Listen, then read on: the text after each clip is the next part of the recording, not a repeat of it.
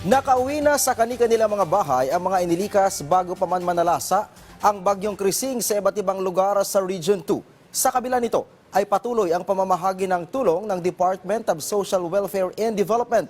Yan ang ulat ni April Ratio ng Radyo Pilipinas, Tuguegarao.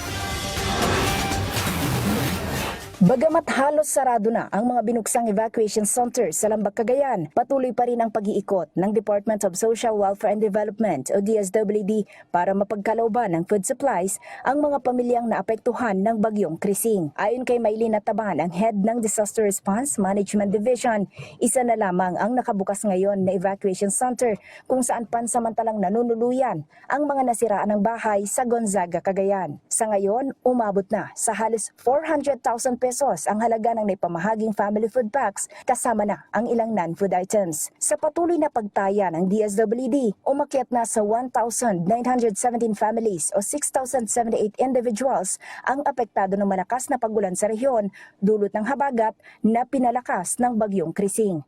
Karamihan sa kanila matatagpuan sa Cagayan habang may isang bayan sa Nueva Vizcaya.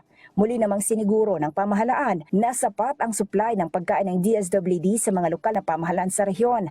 Sa katunayan, may mga parating pang libo-libong kahon ng family food packs mula sa National Logistics Management Bureau. Samantala, nag-resume na rin ang flight kahapon pa sa Tuguegarao at Kawayan Airports. Stable ang communication lines pati na ang supply ng kuryente at tubig, maging ang major road networks ay bukas sa mga motorista. Mula sa Radyo Pilipinas Tuguegarao, ako si April Salucon Ratio para sa Pambansang TV sa Bagong Pilipinas.